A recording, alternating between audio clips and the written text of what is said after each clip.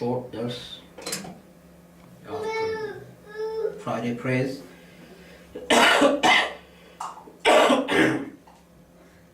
And today I won't read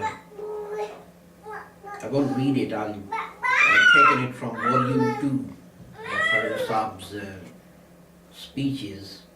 It's page 105. There is an objection by Christian missionaries about the Holy Prophet Muhammad that Nauzubillah, he did not know what a virtuous deed was. And if you look at the hadith, at one place he says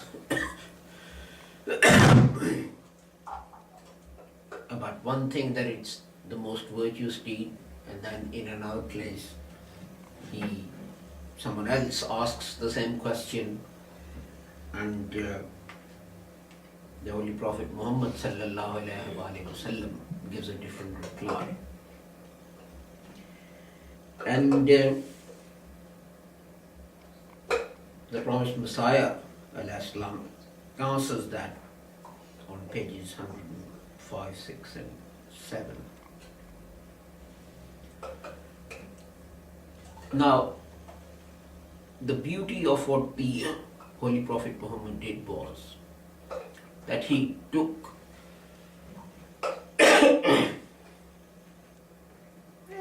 the man's weaknesses and character into account when asking such questions. He did not blame the man. He wouldn't say, you're mean. He didn't say, you don't spend in the way of Allah, or you neglect your family, etc.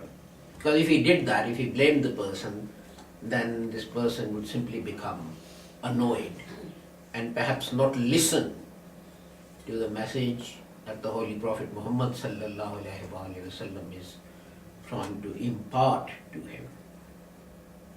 So the Holy Prophet's reply kept in mind the inquirer's, the petitioner's circumstances and character. Remember, the Holy Prophet lived in Medina, and it wasn't the size of London that we have, that you wouldn't know who was who, etc., etc. And it's a great thing in Eastern cultures that, you know a person, you know his family, you know his parents, you know his grandparents, you know his wife's parents, and so on and so forth, and you know who they were and what they did and this kind of thing. And the Holy Prophet kept all of that in mind. So, if a man went to him and this person was mean, when the Holy Prophet made appeals for money to be given for service of Islam and so on, he would give the least.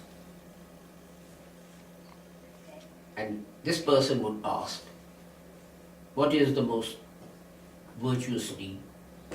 The Holy Prophet would say, generosity.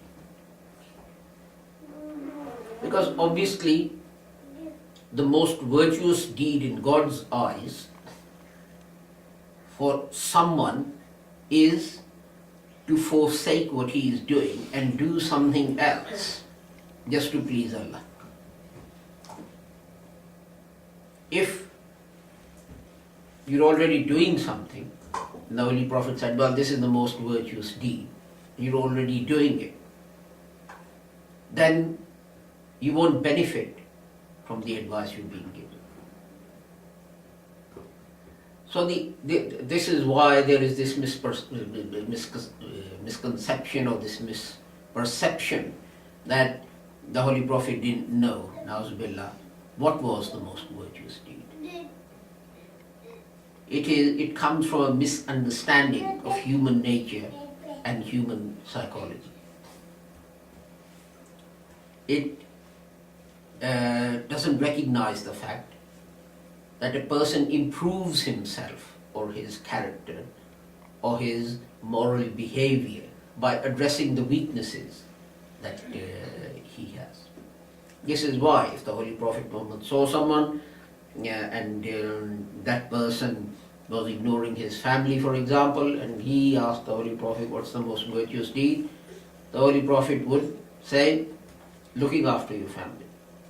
Like in one place, he says, the best among, answering someone, he says, the best person, the best among you is the one who treats his wife in the best manner. Now, it may have been the fact that, I don't remember the exact details, so, but it may have been the fact that the Holy Prophet might have heard something about the man not treating his wife properly.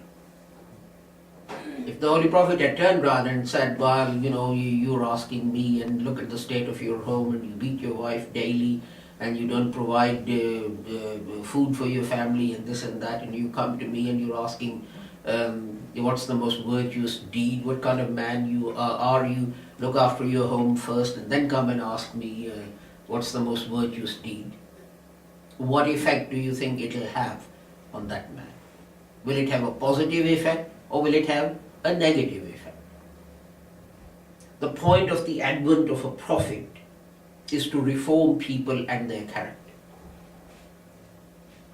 It's like, it's like a doctor. One man goes to a doctor and he says, I've got a stomach ache. And the doctor takes his history and he says, you've eaten too much spicy food.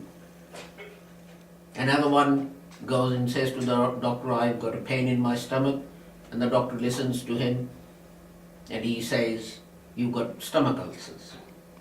Another man goes to the doctor and says, my stomach hurts, and the doctor says something else. Would you then object? What kind of a doctor is this? One man goes and says, my stomach hurts, and he says, you've eaten too much spicy food. Another man goes to him and says, my stomach hurts, and he says, you've got ulcers. Another man goes to him and says, my stomach hurts, and he says, you've got appendicitis. Doesn't this doctor know what he's talking about? Of course the doctor knows what he's talking about. Every man's ill is different. He diagnoses that different ill, and then he goes on to diagnose what the cure, what the medication is for that ill.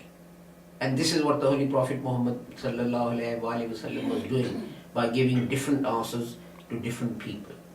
A man who was mean, the most virtuous thing for him to do is to be generous. The man who didn't treat his family well, the most virtuous thing for him to do is to treat them well, and so on and so forth.